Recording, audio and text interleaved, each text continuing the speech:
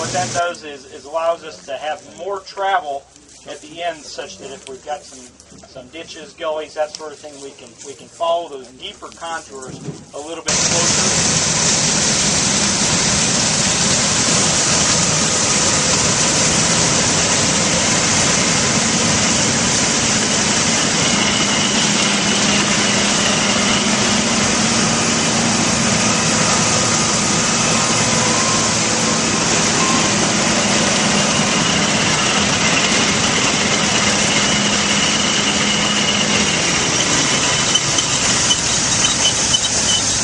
Remember, on the two heads, your rear plates are the guards. They're a cast guard, but they're machine surface on the back side to hold that cutter bar forward and back in one certain area. As that starts to wear, what your cutter bar wants to do is want to do one of these S things as it goes back and forth.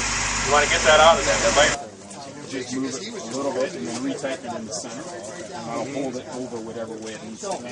After a lot of improvements to the actual knife sections, the hold downs, and then the whole drive system.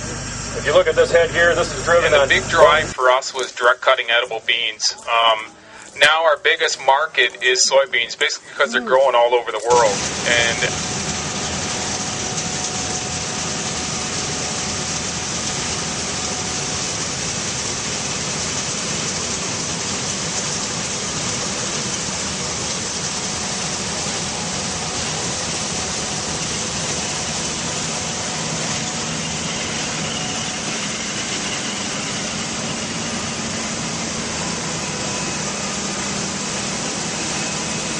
here the knife, we can run the reel a little higher and a little slower and decrease the actual mechanical reel shatter loss as well. 15 to 50 feet.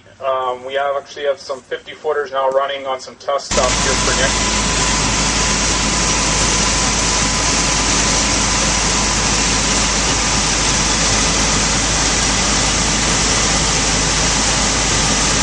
What do you think that head did when it hit this rock? Did it go lower? Probably not. Did it go higher?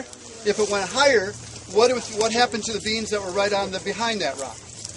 Did it more than likely push them over and not cut them cleanly? That could be part of the reason why we had some beans that weren't cut.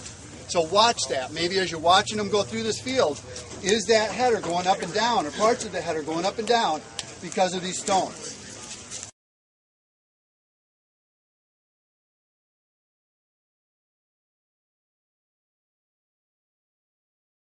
Know how it is to get them set for optimization.